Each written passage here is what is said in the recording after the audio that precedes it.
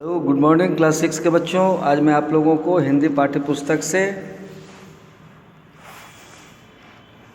Exercise 14 माँ कह एक कहानी,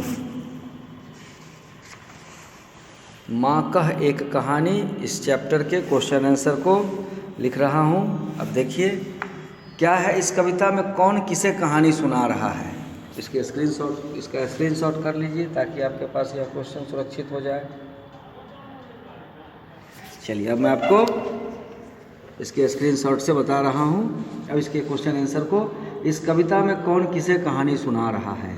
तो माँ कह एक कहानी कविता में माँ अपने बच्चे को सुलाने के लिए हंस और शिकारी वाली कहानी सुना रही है। दूसरा प्रश्न है, हंस को किसने घायल किया। तो हंस को शिकारी ने तीर से घायल किया, इस कविता में दिया गया है।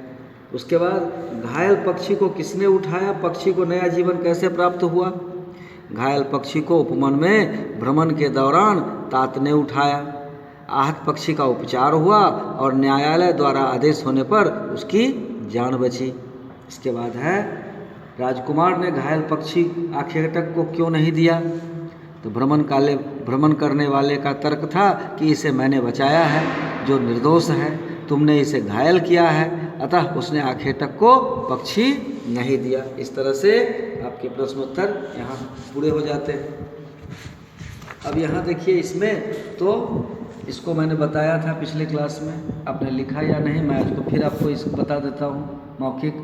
जिसे कोई ज्ञान न हो अज्ञानी, जिसने अपराध किया हो अपराधी, जो सब जानता हो सर्वज्ञ, जो कुछ न जानता हो अल्पज्ञ, जो जल में रहता हो जलचर, जो सब जगह छाया हो सर्वव्याप्त या सर्वत्र, जिसका कोई आकार न हो निराकार, जिसका कोई आधार न हो निराधार, जिसका कोई स्वार्थ न हो निस्वार्थ। इस तरह से आपके पास इन सारे प्रश्नों के उत्तर मिल गए। अब आप लोग याद कीजिए और आगे मैं दूसरे दिन एक्सरसाइज 15 पढ़ाऊँगा।